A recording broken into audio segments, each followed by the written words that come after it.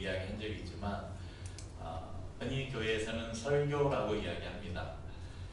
설교 시간은 목회자가 성경을 묵상하고 또 여러 주석이나 여러 성경 신학자들의 그 연구 결과들을 종합하고 또 개인적으로 묵상하면서 이 본문의 말씀 속에서 하나님이 이 성경은 기록된 시기가 뭐 오늘 성경 이 본문만 하더라도 거의 한 2000년 전에 기록된 성경이고 구약 성경 뭐 수천 년 전에 기록된 성경이잖아요. 그 당시에 기록된 성경의 본문이 오늘날 살아가는 성도들에게 주님이 어떻게 말씀하시는지를 이제 목회자가 성경 하나님의 기도하는 가운데 감동을 받아서 설교를 준비해서 전하는 것이에요. 근데 이 성경을 누가 기록했냐면 오늘 이 마태복음은 마태가 기록했는데 성경의 원저자는 마태가 아니고 성령님이라고 우리가 이야기를 해요. 그러니까 성령이 사람들을 통해서 성경을 기록하게 하셨는데 그러니까 성경의 원저자가 성령이기 때문에 그 성령의 뜻을 온전히 풀어서 우리에게 가르쳐 주시는 분도 누구겠어요? 성령님이시죠. 그러니까 오늘 제가 아무리 설교를 잘한다고 해도 제 말이 그러니까 예전에 우리가 잘못된 이해가 있는데 목사님들이 이렇게 강단에 서서 말씀을 선포한다 이러죠. 그러면 그 아멘으로 받으면 그러니까 우리가 생각하기에는 목회자가 설교 시간에 이렇게 설교하는 거는 저만고와 그러니까 진리다 이렇게 생각하잖아요. 여러분 그렇게 믿으세요? 그렇게 믿으시면 안 돼요. 여러분 오늘 설교 시간에 제가 하는 이야기는 사람의 말이에요. 그 안에는 제 경험이나 제 주관이나 지식도 많이 들어가 있고요. 때로는 제가 잘못 오해하거나 잘못 해석해서 하나님의 말씀 아닌 것을 전할 수도 있어요. 그러니까 제가 전하는 게 하나님의 말씀이 아니에요. 제가 하나님의 말씀, 성경을 가지고 여러분들에게 전하지만 그게 100% 온전치 못하다는 것이죠. 그게 100% 온전하려면 제가 100% 온전한 사람이 돼야 돼요. 근데 저는 여러분과 똑같이 성경이 같은 사람이고 죄악 투성이고 그런 사람이거든요. 단지 신학을 공부했고 조금 더 여러분들보다 성경을 더 묵상하고 좀 더 많은 시간을 본문을 연구하고 해서 준비해서 이 말씀의 의미가 무엇인지 조금 더 여러분들보다 잘 해석해 드리는 거예요. 저는 그 역할만 하는 거예요. 그런데 이 말씀이 각 사람 안에서 역사하게 하시는 분이 누구냐면 성령님이세요. 그 성령님은 오늘날도 우리 가운데 일하셔요. 성경을 기록할 당시에 이 저자들에게 임하시고 역사하셨던 성령께서 오늘날 이 말씀을 듣는 우리에게도 역사하셔요. 그래서 우리의 생각 속에서 주님이 말씀을 저건 제 헛소리야 듣지 마. 그냥 새겨 듣지 말고 흘려버려. 저거는 너에게 주는 말씀이야. 이 말씀을 너가 꼭 기억하고 앞으로 이렇게 실천하고 살아. 이렇게 우리 안에서 말씀하시는 거예요. 그러니까 말씀을 전하는 저는 성령님께 하나님 오늘 이 말씀을 온전히 해석해서 헛소리 안 하고 정말 주님의 말씀만 전할 수 있도록 성령님 제 입술과 마음을 붙잡아 주십시오. 저는 그렇게 기도하면서 말씀을 전하고 여러분들은 주님 오늘도 주시는 이 말씀이 저에게 주시는 하나님의 말씀으로 듣고 저 안에서 하나님이 나에게 주시는 음성이 무엇인지를 제가 잘 발견하고 또 듣고 끝나는 것이 아니라 그 말씀을 제 삶에 적용해서 열매 맺을 수 있도록 도와주십시오. 그렇게 여러분도 성령님을 의지하면서 오늘 말씀을 함께 또 나누고 듣는 시간이 될 수 있기를 바랍니다. 오늘 이 본문은 오늘 저희가 이제 계속해서 교회력에 따라서 말씀을 나누고 있는데 이 복음서의 본문입니다. 그런데 이 마태복음을 제가 개척 초기에 2016년에 마태복음 전장을 한번 강해 설교를 했었어요. 복음서 강해 시리즈로 해서 그래서 찾아보니까 2016년 10월 23일에 이 본문을 설교를 했더라고요. 13절에서 16절까지 그리고 다음 주에 17절에서 20절까지 설교를 했는데 그때 보니까 저희 가족들 외에 함께 하셨던 분들이 아무도 없었어요. 그래서 제가 제 아내한테도 이야기했는데 설교문을 이렇게 읽어보니까 설교가 괜찮은 거예요.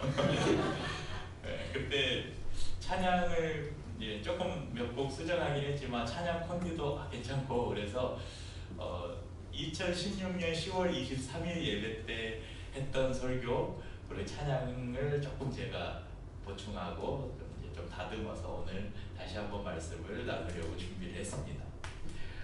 혹시 저희 설교를 2016년 설교를 기억하고 오늘 설교를 들으면서 저거 2016년에 했던 설교 같은데 하는 우리 가족들이나 아니면 혹시라도 유튜브에 올려서 저희 교회 홈페이지에 설교가 올라가요. 혹시라도 어제 한 집사님하고 통화를 했는데 방금 설교 잘 듣고 있대요.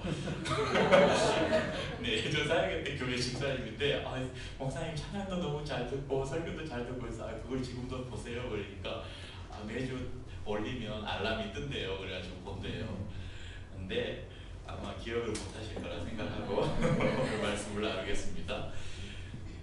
이 오늘 본문 이전에 기록된 마태복음 1장에서 12절 5장 1절에서 12절 말씀은 그럼 우리가 잘 아는 그 산상수훈 말씀 중에 팔복 시리즈 많이 들어보셨을 거예요. 그 팔복 시리즈인데 팔복이란 거는 8가지 복이죠. 다음에 이 팔복 시리즈는 중요한 말씀이기 때문에 다시 한번 나눌 기회가 분명히 있을 거라고 생각하고 간단히 요약하자면 하나님의 나라의 백성들이 어떻게 살아가야 복된 삶인가 이것을 예수님께서 우리에게 가르쳐주는 말씀인데 이 말씀을 자세히 보면 도무지 이해가 되지 않는 말씀이에요. 우리가 생각할 때 이게 복인가 싶은 말씀을 하셔요. 그러니까 처음에 보면 10년이 가난해야 복이 있대요. 여러분 가난한 사람이 복이 있어요? 부자가 복이 있다고 생각하잖아 우리는. 애통하는 그러니까 슬퍼하는 사람이 복이 있대요. 날마다 막 기쁘고 신나야 복이 있는 거죠. 날마다 이렇게 우울하고 슬프면 복이 있나요? 또 저기 마지막에 보면 의를 위해 박해를 받아야 복이 있대요. 그래서 막 예전에 그 원형 경기장에 끌려가서 사자밥이 되고 막 검투사들에게 그냥 무참히 죽음을 당하고 그런 죽음이 복이 있다라고 하는 거예요. 그러니까 우리가 좀처럼 동의하기 힘든 그런 말씀을 하고 있을 뿐만 아니라 한편으로는 이대로 살아가는 게 물론 그 안에는 다른 이면에 다른 중요한 의미들이 있지만 그 의미들을 생각해 본다고 할 때도 이렇게 사는 게 가능할까? 이렇게 살아가는 삶이 과연 가능할까 싶은 그런 말씀을 하고 계십니다. 그리고 그 팔복의 말씀에 이어지는 오늘 이 본문은 성도들이 예수님이 말씀하신 이 산상수훈의 팔복의 말씀대로 살아갈 때 그 사람은 바로 세상의 소금이 되고 빛이 된다라고 우리에게 선언하고 있습니다. 그때 뉴스를 보는데 이 뉴스 아래에 이렇게 간추린 뉴스가 이렇게 자막으로 쭉 지나가잖아요. 한번 지나가길래 저게 맞나 하고 의심스러워서 좀 기다리니까 또 나오더라고요. 자세히 봤는데 무슨 기사냐면 어느 설문조사에 의하면 국민의 여러분 인터넷에서 기사 보신 분 계시죠? 국민의 3명 중 2명은 교회, 목사, 기독교인을 신뢰하지 않는다는 응답. 여기 이제 한 줄로 쭉 나가더라고요. 보니까 다음 뉴스에 보니까 다음 뉴스 기사에 또 나왔더라고요. 그러니까 국민의 3명 중에 2명은 교회나 목사나 기독교인을 신뢰하지 않는다. 참 여러분 슬픈 일 아닙니까? 부끄럽고 슬픈 소식이었습니다. 제가 저 자신도 교회의 구성원이고 또 목사고 또 한 사람의 기독교인으로서 제 자신이 어떻게 살아가고 있느냐는 주위 사람들에게 내가 신뢰할 만한 사람인지 아닌지 이것을 좀 생각해 보게 되는 그런 한 줄이지만 아주 충격적인 뉴스였습니다. 그럼 이제 우리 아마 강 집사님이랑 유 집사님 그 나이 때 어릴 때 교회 다닐 때 아마 그때쯤에는 그러니까 제가 처음 고3 때 교회를 다녔으니까 아주 옛날이잖아요. 1993년. 우리 두 분 집사님은 좀 더 한 10여 년 아니 더 일찍 교회 다니셨죠. 더 이전이겠죠. 그때는 목사님들이 이 사회에서 굉장히 존경을 받았어요. 그리고 공사나 무슨 물건이나 이런 걸 계약을 할 때 내가 그리스도인입니다, 내가 크리스찬입니다 하면 그 어드밴티지를 얻고 들어갔어요.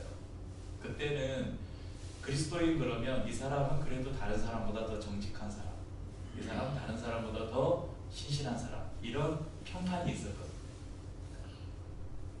그러니까 이 우리나라의 평양에서 대부분 운동이 일어났을 때는 뭐 말할 것도 없었죠. 그때는 뭐 유무상통이 진짜 막 일어났으니까 내 물건을 그냥 아무 대가 없이 다른 사람에게 나눠주고 이런 일들이 있었으니까. 근데 지금은 어떻습니까? 국민 3명 중에 2명이 신뢰하지 않는데요. 신뢰하지 않는다는 거는 교회 다니는 사람들 다 거짓말쟁이, 도둑놈, 사기꾼 이런 생각을 가지고 있다는 거예요. 그래서 오늘 말씀을 나누면서 저나 여러분이나 우리가 과연 제대로 살고 있는가, 과연 나는 부끄럽지 않은 그리스도인으로 살고 있는가, 과연 내 주위 사람들이 국민 중에 3명 중 2명이면 여러분의 주위 사람 중 누구 다른 사람도 다 있을 거 아니에요. 3명 중 2명이니까 내 주위에 3명 중 2명은 나를 신뢰하지 않는다는 거예요. 과연 내 주위에 있는 사람들도 나를 그렇게 평가할까? 한번 우리 자신을 돌아보면서 우리 삶을 다시 한번 수정하는 시간이 되기를 원합니다. 오늘날 기독교인들이 사회에서 불이익을 당하는 때가 언제일까요? 내가 예수 믿는 사람인지 아닌지 아무도 모르게 살아갈 때, 직장을 다니는데 아무도 내가 교회 다니는 사람인지를 몰라요. 여러분, 그렇게 살아가면 신앙 때문에 불이익 당할까요? 전혀 안 당할 거예요. 그런데 당당하게 나는 예수 믿는 사람입니다. 나는 예수를 믿는 사람입니다. 이렇게 당당하게 드러내고 복음대로 살아가려고 노력할 때 여러분 어떤 그 사람들이 반응을 보일까요? 아마 상당한 우리나라가 종교의 자유가 있고 또 지금은 이제 많이 퍼센테이지가 줄었지만 우리나라의 복음화율이 가장 높을 때가 한 25% 정도 됐어요. 그러니까 국민 4명 중에 1명은 교회를 다녔어요.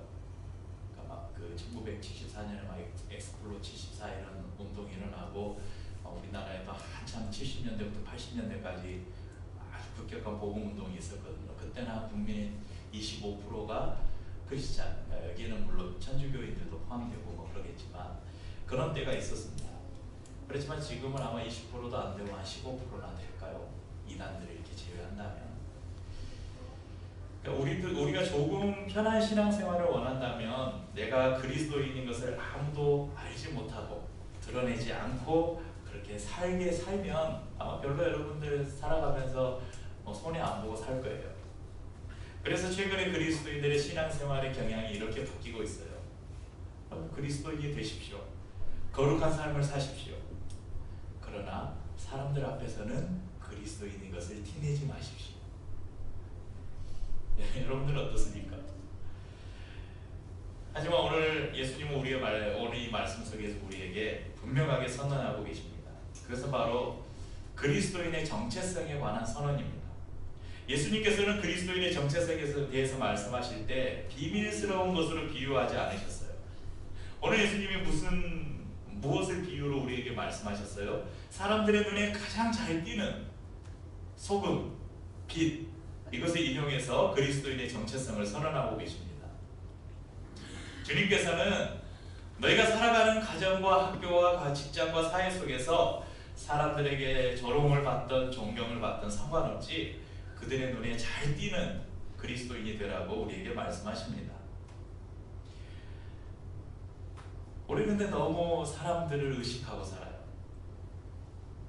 그런데 주님께서는 마태복음 이후에 그 10장 26절 28절에 이렇게 말씀합니다.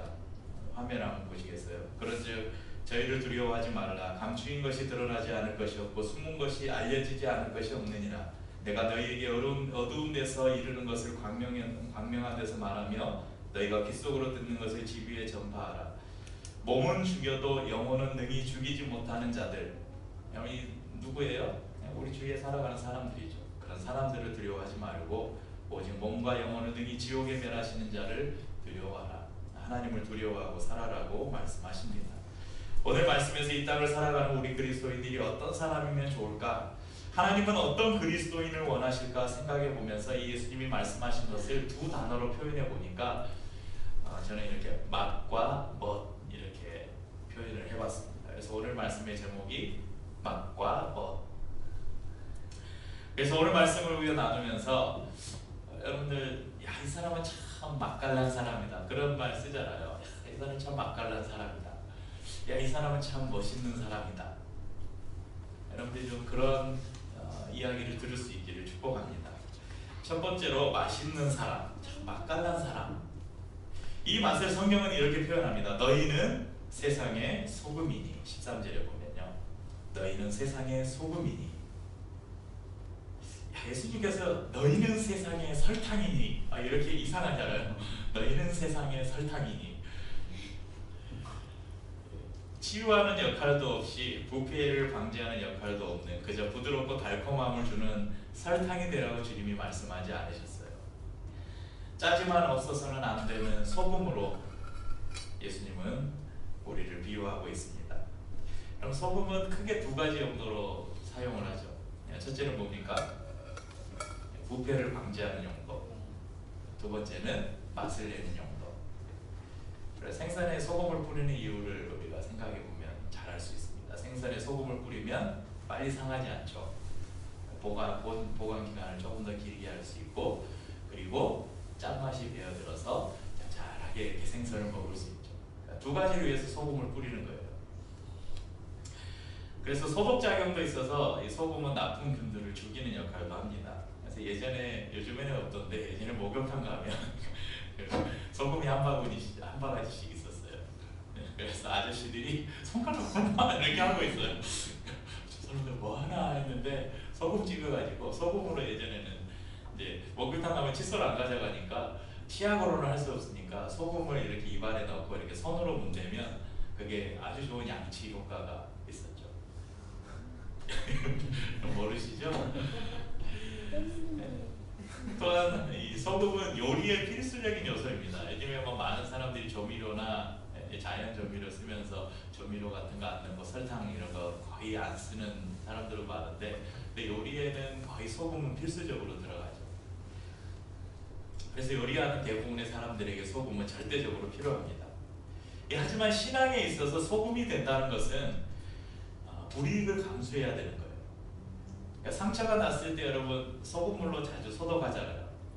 상처가 나면 뭐 과산화수소 막 이런 거 없으면, 그 빨간 약 없으면 소금물로 이렇게 씻으면 소독이 돼요. 그러니까 근데 이 상처 났을 때 소금물로 딱 씻으면 어때요? 따갑고 쓰리고 그러잖아요. 그러니까 소금은 상처 부위에 고통을 줘요. 그런데 나쁜 균을 죽여요. 그래서 그 상처가 곪지 않고 병들지 않도록 하죠. 하나님의 자녀들이 하나님을 전혀 알지 못하는 사람들 사이에 들어가게 되면 그 사실만으로 사람들은 고통을 당합니다. 하나님과 관계없는 사람들은 마치 다 드러나 있는 상처 부위와 같습니다. 상처에 소금이 닿으면 쓰라리듯이 그리스도인들이 그들 속에 들어가면 불편해하고 부담스러워하고 그것을 피하기 위해 심술궂게 행동을 하기도 하고 또는 미워하기도 하고 불이익을 주기도 합니다. 그것이 부담스럽고 그것이 싫어서 불의인 줄도 알면서 그리스도인의 정체성을 숨기고 침묵하고 동조한다면 잠시 불편하지 않을 수 있고 사람들에게 인정받을 수 있고 어쩌면 그 안에서 좋은 분위기로 지낼 수 있을지는 모르지만 썩어가는 세상을 결코 바꿀 수는 없을 것입니다. 그리스도인들은 불편하더라도 항상 소금이 되어야 합니다. 그래야 세상이 부패하는 것을 막을 수 있고 맛을 잃어버린 사람들에게 예수를 믿는 참맛을 알려줄 수 있기 때문입니다. 오늘 성경에 보면 만일 소금이 맛을 잃으면 무엇으로 짜게 할까? 후에는 아무 쓸데없어 다만 밖에 버려져 사람들에게 밟힐 뿐이니라, 이렇게 기록합니다. 그리고 소금이 어떻게 하면 맛을 잃을까요? 소금이 맛을 잃을 수 있나요? 이건 그 당시의 배경을 좀 우리가 이해를 해야 돼요. 여러분, 우리가 먹는 대부분의 소금은 천일염 이런 게 있잖아요. 어떻게 만들어요? 사진 한번 보세요.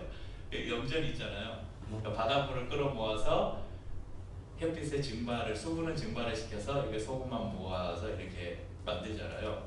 그런데 오늘 말씀이 되는 이 팔레스타인 지역, 이 이스라엘 지역은 이런 방식으로 소금을 채취하지 않아요.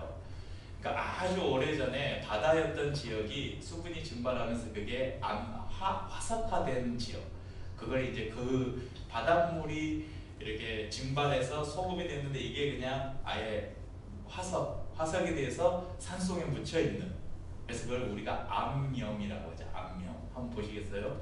그러니까 이런 소금이에요. 그러니까 오른쪽은 여러분 암염 중에 아주 유명한 고가의 소금 히말라야 핑크솔트예요. 요리 재료 중에 그 소금 중에 고급 소금으로 쓰는 히말라야, 여러분 히말라야 산에서 소금이 난다니까요. 그러니까 그런 게 이제 암염이에요. 그런데 이런 소금은 그냥 요 바다에서 이렇게 아까 염전에서 이렇게 만드는 천일염은 그대로 수확을 해서 그냥 소금을 만들어서 그대로 사용을 하는데, 이런 암염은 정제의 과정을 거쳐 불순물이 많이 섞여 있기 때문에 정제의 과정을 거쳐서 소금 성분만 걸러내고 그 나머지는 짠맛이 없는 불순물은 어디에 버려요. 근데 버리는데 이건 거름으로도 쓸 수 없어서 밭에다도 버리면 안 돼요. 그래서 어디다 버리겠어요? 길에다 버리는 거예요. 네, 이 맛을 이제 짠맛이 나는 소금 성분만 분리하고 짠맛이 나지 않은 이 소금, 암염, 이것은 모아다가 밖에다 그냥 길에다 버리면 사람들이 지나다니면서 밟는다는 거예요. 예수님이 오늘 그 말씀을 하고 계신 거예요.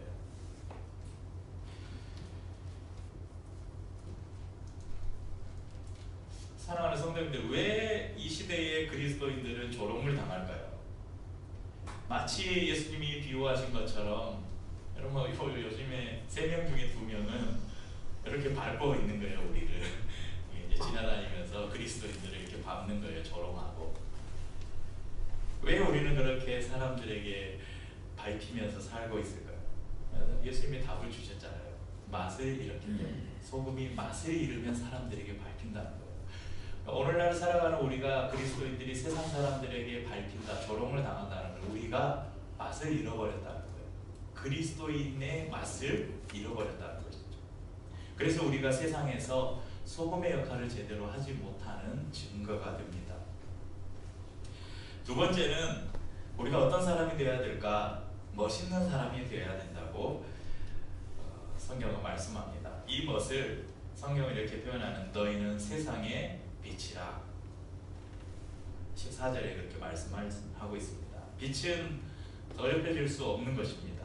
우리의 손이 아무리 더럽다 해도, 여러분 손에 아무리 더러운 걸 붙이고 빛을 이렇게 가려도 빛이 더러워집니까? 우리에게 비치는 이 빛을 아무리 더러운 손으로 그러니까 오물을 갖다 부어도 이 빛은 그대로 빛이에요. 그러니까 빛은 더러워지지 않아요. 빛은 왕궁에 비칠 때에도, 빈민가에 비칠 때에도, 더러운 흙간에 비칠 때에도 그 빛은 동일합니다. 그럼 빛을 내는 것은 2가지 종류가 있는데요. 하나는 발광체라고 하고요, 하나는 반사체라고 해요. 예전에 여러분들 그런 놀이 많이 해보셨죠? 그러니까 거울을 하나 준비할 건데, 이렇게 거울, 햇빛 이렇게 거울을 열어가지고 막 사람들 오면 눈에다가 이렇게 비추는 거. 그러니까 여러분, 태양은 발광체잖아요. 태양은 그 자체가 빛을 내잖아요. 다른 발광체가 아니에요. 다른 빛을 못 내요. 다른 태양의 빛을 받아서 반사해요. 그러니까 우리가 태양은 직접 쳐다볼 수 없지만 다른 밤에 쳐다볼 수가 있잖아요. 여러분, 예수님께서는 발광체이면서 또한 반사체셔요. 그러니까 예수님은 당신 자신이 빛이시면서 또한 그분은 하나님이 그분께 예수님에게 주시는 빛을 또 비춰주시는 분이시기도 합니다. 그러면 우리는 어떤 존재일까요? 우리는 빛을 내는 존재일까요? 아니요, 우리는 빛을 낼 수 없어요. 그래서 어떤 사람들은 자기가 마치 발광체처럼 내가 빛을 낼 수 있는 사람처럼 착각하고 살아요. 그리스도인들 중에. 그래서 내가 선행을 많이 베풀고 구제하고 의롭게 살려고 하면, 내가 의롭게 살면 그래, 나에게도 빛이 나겠지, 이렇게 자기 의로 살아가는 사람들도 있다는 거예요. 그렇지만 그 빛은 잠시 비치는 것 같지만 사라져버리는 것입니다. 우리는 예수 그리스도의 영광의 광채를 반사하는 반사체임을 기억하셔야 됩니다. 우리는 스스로 빛을 만들 수도 또 그 빛을 낼 수도 없지만, 우리 안에 계신 영광의 주님, 그 빛 대신 예수 그리스도를 우리를 통해 드러낼 수 있는 것입니다. 또한 오늘 성경은 뭐라고 말씀합니까? 15절에 보면, 사람이 등불을 켜서 말 아래 두지 아니하고 등경 위에 두나니 이러므로 집안 모든 사람에게 비치느니라. 여러분, 사람은 불을 이렇게 켜서 말 아래 두지 않아요. 이 말은 저기 홀스 말이 아니에요. 뛰는 말이 아니고, 이 말은 예, 영어 성경 제가 영어 성경 옆에 있는데 bowl, B-O-W에 bowl 맞나요? 네, 그릇. 네, 한번 보시죠. 그러니까 우리 예전 이게 성경이 예전에 번역돼서 말이라고 번역해놨어요. 요 사이드 때 예전에 이러면 요 제일 큰 게 말이에요. 말. 한 말, 두 말. 곡식 잴 때 들어보셨죠? 또 한 대, 두 대 이렇게 대, 말, 호. 제일 작은 게 호이고 그 다음 큰 게 되고 그 제일 큰 게 말. 저는 아주 어릴 때 집에서 요거 썼었어요. 저 아주 쟤들만 할 때 집에서는 말에 쌀 이렇게 잴 때 말이 집에 있었습니다. 그러니까 이 성경은 뭐냐면 사람이 등불 켜가지고 불 켜가지고 말 아래 둔다는 거는 이거 덮어놓는다는 거예요. 저 말을 방금 거꾸로 엎어가지고 그런 사람 있어요. 빛은 모든 사람에게 어두운 곳에 비치게 하기 위해서 등경 높은 곳에 두는 거예요. 등불을 켜서 말 아래 넣어둔다면 빛이 전혀 빛의 역할을 하지 못하죠. 빛은 등경 위에 두어야 모든 사람들이 그 빛을 보고 또 그 빛이 비추는 것을 볼 수 있습니다. 우리는 이 그리스도의 빛을 반사시키는 사람입니까? 아니면 그 빛을 말 아래 넣어두고 빛이 새어나가지 못하도록 막고 있는 사람들입니까? 예수 그리스도는 항상 우리에게 당신의 빛을 비춰주십니다. 오늘 말씀에 착한 행실이라고 나오는데 이거는 뭐 도덕적인 선을 말하는 게 아니에요. 이것은 우리 삶에 비추시는 예수 그리스도의 빛을 말합니다. 그리고 그 빛을 통해서 우리의 일상의 삶을 통해 나타나는 그리스도를 말합니다. 이것이 바로 착한 행실이에요. 우리의 삶을 통해서 드러나는 예수 그리스도, 그것이 착한 행실이라는 것입니다. 그 빛을 우리가 반사해서 세상 가운데 비칠 때 세상 사람들은 우리를 보면서 빛 대신 예수 그리스도, 영광의 광채이신 예수 그리스도를 보고 하나님께 영광을 돌리게 된다는 것입니다. 결론적으로 말씀을 드리면 여러분, 소금은 진리를 수호하는 역할을 해요. 그러니까 우리에게 주신 복음, 이것을 우리가 지키고 살아가는 것, 이것이 우리가 소금으로 살아가는 거예요. 빛은 진리를 드러내고 전파하는 역할을 합니다. 우리가 살아가는 삶에서 복음의 진리를 지키고 그 복음대로 살아가면서 빛 대신 예수 그리스도를 드러내고 전하는 삶을 살아야 될 것을 오늘 예수님은 우리에게 요구하고 계십니다. 이어지는 17절부터 20절까지의 말씀은 이제 율법과 예수 그리스도의 관계를 말씀하는 것인데 이것도 이제 다른 부분이라서 다음에 이제 복음서를 다시 한번 살필 때 나누도록 하겠습니다. 사랑하는 성도님들, 옆에 분에게 그렇게 좀 격려합시다. 맛깔나게 삽시다. 그리고 또 이렇게 할까요? 멋있게 삽시다. 그렇다고 뭐 여러분들 내일부터 뭐 멋지게 꾸미고 막 머리에 무스 바르고 막 이렇게 다니지 마시고 내가 정말 내 안에 그리스도의 복음이 살아서 지금 막 꿈틀거리고 있는가, 그리고 내가 주님이 말씀하신 대로 그 복음대로 지금 살아가고 있는가, 과연 나는 세상 가운데서 비록 믿지 않는 사람들 사이에서 내가 그들에게 좀 불편할 수 있는 존재이지만 그럼에도 불구하고 내 정체성을 숨기지 않고 내가 그리스도인으로서 온전하게 살려고 노력하고 있는가, 그냥 그 세상의 사조에 휩쓸려서 그 사람들 비위에 맞춰주면서 적절하게 회식 자리에 가서 같이 놀아주고 이렇게 좀 불이한 방법으로 이렇게 돈도 찔러주고 향도 제공하고 막 이런 불이한 방법을 써서 그냥 일반 세상 사람들처럼 동일하게 그냥 그렇게 살아가는가, 좀 더 거짓말하고 사기치고 그래가지고 뭐 사업 좀 성공하고 계약 좀 따내고 좀 승진 좀 빨리 하고 컨닝하고 막 불이한 방법 써가지고 성적 좀 더 얻고 좀 더 좋은 학교 가고 이렇게 살아가는 사람인가? 주님이 우리에게 말씀하신 그 말씀대로 살아가면서 소금의 맛을 잃지 않는 여러분들 되시길 바라고, 그런 삶을 통해서 사람들이 결국은 보는 거예요. 그러니까 여러분 아닌 것 같지만 저는 예전에 청년들에게도 그런 이야기 많이 했는데요.